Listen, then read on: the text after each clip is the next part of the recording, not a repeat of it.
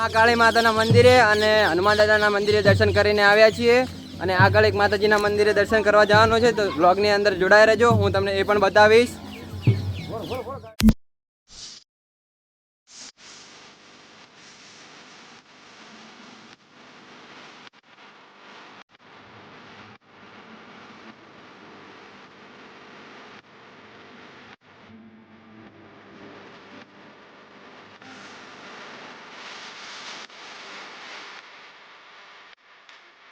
આજરોજ દેવભોરની 11 એટલે દેવભોરની 11ના દિવસે અમે સમસ્ત ઉણેચા પરિવાર પાદરદેવોના દર્શન કરી અને ધન્યતાના ભવીએ છીએ અને મા ભગવતીને અને પાદરદેવોને પ્રાર્થના કરી કે આ ગામ હંમેશા માટે સુખ શાંતિ અને સમૃદ્ધિવાળું બને અને શાંતિ રહે એ માટે મા સમસ્ત પાદરદેવોને પ્રાર્થના પણ કરીએ છીએ. બોલો શ્રી સખત માત કી જય.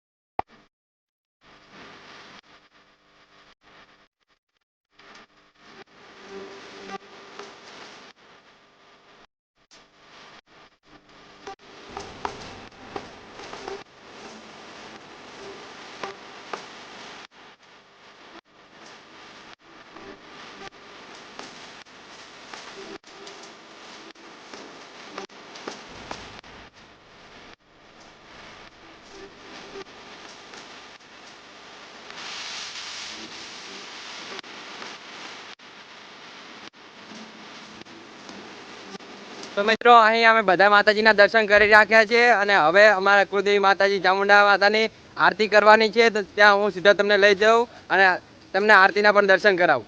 તો મિત્રો અમે બધે દર્શન કરી અને ફાઇનલી હવે આવી ગયા છે મંદિરે. હું તમને મંદિરના દર્શન કરાવી નાખું અને ટૂંક જ સમયની અંદર આરતી કરવાની છે, તો એના પણ હું તમને સીન બતાવીશ. આરતીની બધી તૈયારી થયેલી છે અને ટૂંક જ સમયની અંદર હવે આરતી કરવાની છે. પરિવારના બધા સભ્યો હવે ધીરે ધીરે આવી રહ્યા છે.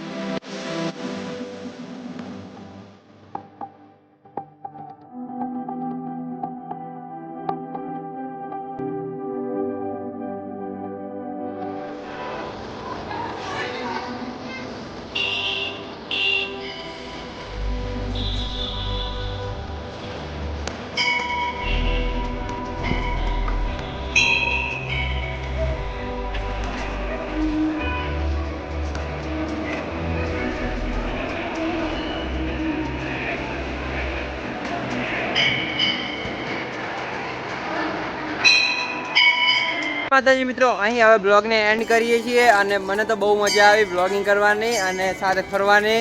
તમે આ જોઈ શકો છો વરસાદ કેવો મસ્ત ચડી રહ્યો છે.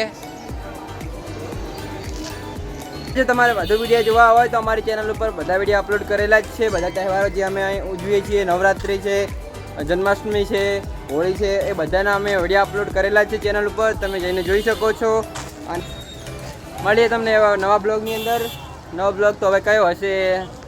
હવે જન્માષ્ટમી આવે છે એટલે અહીં કોનુડાનું હશે, તો એ બ્લોગ પણ જોવાનું ભૂલતા નહીં. એ માટે ચેનલને સબસ્ક્રાઈબ કરી નાખજો અને અમારા બીજા વિડીયો પણ જરૂર જોજો. મળીએ તમને એક નવા